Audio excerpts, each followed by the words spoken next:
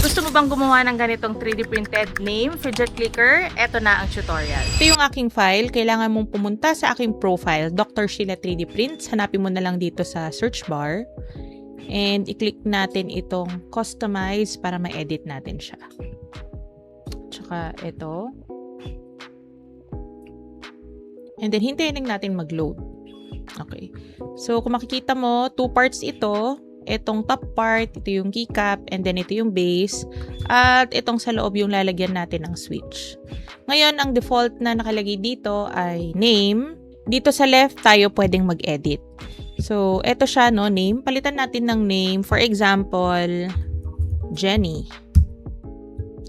And then, pwede rin tayo magpalit dito ng color.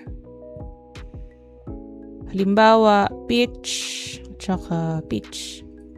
Kung ayaw mag-generate or mag-refresh, click lang natin to, no? Ayan. Tapos, dito, pwede tayong mag-input ng font na compatible kay MakerWorld. So, hindi kasi lahat pwede. Make sure na installed yung font na yon sa computer mo. So, for example, maglagay tayo dito ng lemon na font. Tignan natin kung magbabago. Ayan. So, pwede siya. And then, ang gagawin natin ay, kung mapapansin mo itong ring, no, yung lalagyan ng ating jump ring or carabiner ay nakapaloob. So, gusto nating ilabas. Generate natin. So, ang i-edit natin ay itong ring adjustment. So, kulang pa.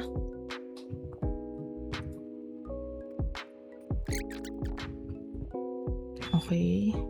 Tignan natin kung okay na yung ring para siguradong nakakapit siya pag print. So, medyo lagpas pa. Gawin natin negative 4.5.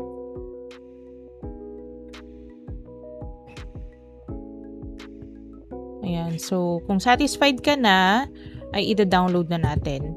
Punta tayo dito sa upper right, download. Mamimili ka ng 3D printer mo. At syempre, yung nasa list ay Bambu Lab 3D printers lang. Ngayon, kung iba yung brand ng 3D printer mo, pwede mo pa rin i-download, mamili ka lang ng printer dito, and then saka mo i-import yung file na yon papunta sa 3D printer mo. So, for example, A1, and ang i-download nating file ay yung 3MF para may color na. Tapos, save mo lang.